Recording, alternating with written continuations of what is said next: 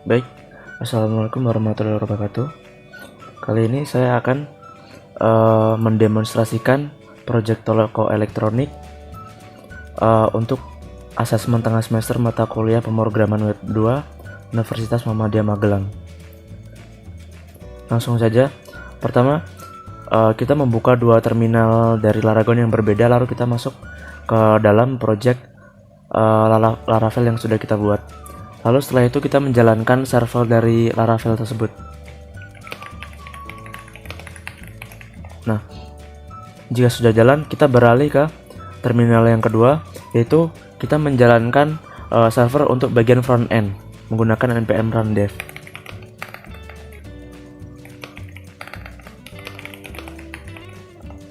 Jadi sebelum kita menjalankan server untuk front end ini, terlebih dahulu kita harus mendownloadnya. Jadi setelah mendownload baru kita bisa menjalankan npm run dev ini. Jadi jika keduanya sudah running, kita langsung saja masuk ke bagian menu utama localhost di Laravel tersebut, yaitu kita masuk ke dalam proyeknya sendiri.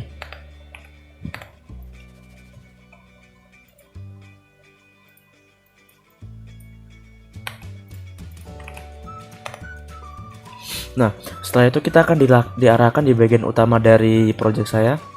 Nah, tampilannya sederhana seperti ini, yaitu dia menampilkan produk elektronik seperti contoh ada AC, kulkas, mesin cuci, dan TV. Ini adalah bagian yang ditampilkan untuk user. Nah, ketika ingin masuk ke dalam dashboard atau bagian manajemennya, kita bisa klik login di bagian kanan atas. Lalu kita login. Nah, di sini saya menggunakan dua login, yaitu admin dan user. Mereka memiliki Gmail dan password yang berbeda. Jadi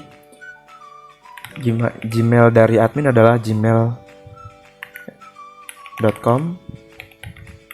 Lalu kita bisa memasukkan password itu 1 sampai angka 1 sampai 5, lalu kita login. Nah, ini adalah tampilan utama dashboard, yang dimana di sini kita bisa melihat ada beberapa, yaitu seperti kategori, supplier, dan barang. Nah, di sini ada keterangannya, yaitu dimana ada beberapa jenis di dalamnya. Contoh di sini kategori ada 4, berarti di dalam kategori dia memiliki 4 jenis.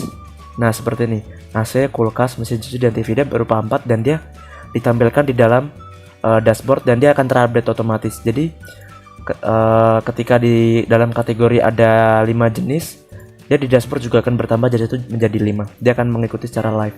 Begitu juga dengan barang dan supplier. Di bawahnya ada fitur history atau riwayat aktivitas, di mana kita bisa melihat aktivitas terakhir yang dilakukan dari adminnya sendiri. Jadi misal kita melakukan update ataupun delete ataupun menambah, dia akan terdeteksi di sini dan kita akan bisa melihat kategori apa yang diupdate dan jam berapa dia diupdate-nya. Oke, untuk demonstrasinya kita akan menggunakan contoh, yaitu adalah dispenser.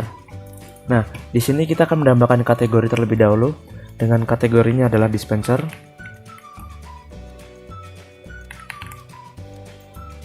Nah, yang awalnya di dashboard tadi 4 kan, sekarang udah jadi 5, dia juga akan terbaca secara otomatis, dia menjadi 5. Jadi di dashboard akan terlihat lebih mudah. Kita langsung masuk ke supplier. Kita menggunakan contoh suppliernya yaitu dari Sunken. Di sini alamatnya kita contoh saja.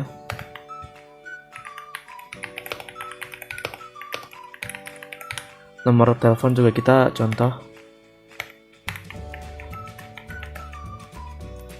Nah, setelah kita simpan keduanya, kita langsung masuk ke bagian barang. Nah, di sini kita langsung tambahkan, kita langsung ketik detail dari produknya, yaitu kita contoh saya akan menggunakan produk yaitu Sunken HWD 730N. Kita juga bisa menambahkan barang yang akan dilihat oleh user. Saya sudah menyiapkan.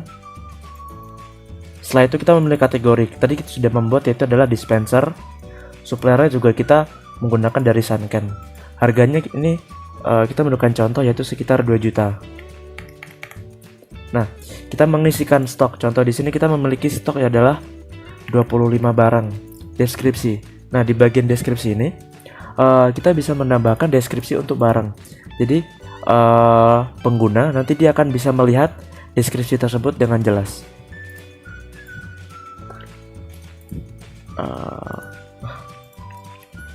Ini contoh dari deskripsi dari dispenser ini. Setelah kita simpan, di bagian barang dia akan langsung terdeteksi beserta fotonya. Itu adalah foto barang, namanya, kategori, supaya harga sesuai dengan apa yang kita tadi. Nah, di bagian menu utamanya, misal kita beralih ke mode user, dia juga akan langsung terbaca secara otomatis.